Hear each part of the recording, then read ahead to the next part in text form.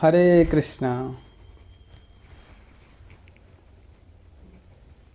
रसायनविद माने विज्ञानगार रे स्वर्णर शुद्धता को जानिबा पाई सेथिरे किछि अम्ल मिसई थांदे। जदि स्वर्णरे क्षार थाए किछि मल थाए ताहले से अम्ल सहित प्रतिक्रिया करी सही मली गुड़िक सब सफा हो जाए। और जदि स्वर्ण संपूर्ण शुद्ध थाए तेरे कौन सी प्रतिक्रिया हुए ना। आमर हृदय होची से गवेषणागार, आमर चेतना होची स्वर्ण भली स्वच्छ पवित्र। किंतु जेतेबेले सही चेतनारे भौतिक संसर्ग जनित मैला मिसी जाए सेतेबेले आमको यही संसार रे जन्म मृत्युर चक्र घूरवा को पड़े।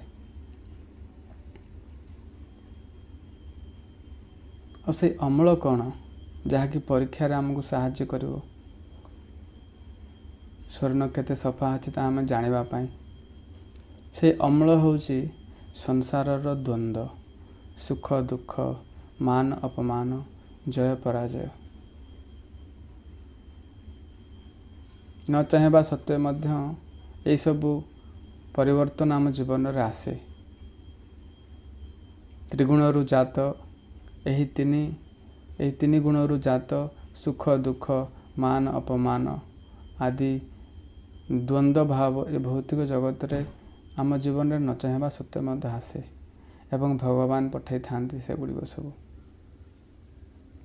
आमर शुद्धिकरण पाए। तेणु यार परठारु जेबे आपण कौनसी अपमान सम्मुखीन हेबे, दुखर सम्मुखीन हेबे, से समय रे निजर हृदय रूपी गवेषणागार रे परीक्षा करिवे जे मु विचलित होउछि कि। यदि सुखरे मु हर्षोत्फुल्ल होई जाऊ नाही आ दुखरे मु विचलित होई भांगी पड़ू नाही ताहले मोर चेतना संसार मलर मुक्त हो सारी। जदि मु मान अपमान रे विचलित हो जाउछि, सुख दुखरे मोर चेतना विचलित हो जाउछि, यार अर्थ एवं मध्य मो चेतना रे मैला रहिछि। तबे मैला को शुद्ध किभली करिबा? मैला को शुद्ध करबा पई उपाय भगवान कर नाम नियमित भाव रे ए हरि नाम हरे कृष्ण कृष्ण कृष्ण हरे हरे, हरे राम राम राम हरे हरे ध्यान पूर्वक जप कले यही चेतनार मैला आस्ते आस्ते सफा हुए। एवं जेतेबेले मान अपमान, जय पराजय, सुख दुख आसी जीवन रे पहुँचे से समय रे जदि आमे प्रतिक्रियाशील न होई यही सबू घटनार कारण भाव रे काहाकू दायी न करी निजर कर्मफल ज्ञान करी जदि आमे ताको खुशी खुशी सही जीवा ताहले अम्ल स्वर्ण रे थिबा मल को सफा कला भरी यही दुख यही अपमान आमर चेतनार सांसारिक मल को सफा करदेव। किंतु जदि आमे प्रतिक्रियाशील हेले यही सब घटना पाई कौन से व्यक्ति को दायी कले तबे आमे आम चेतना रे आहरी अधिक मैला जोड़ी देबा।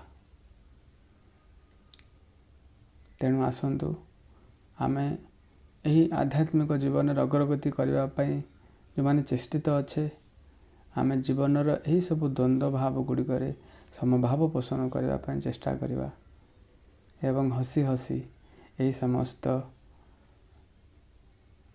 द्वंद्व गुड़ी को सही जीवा।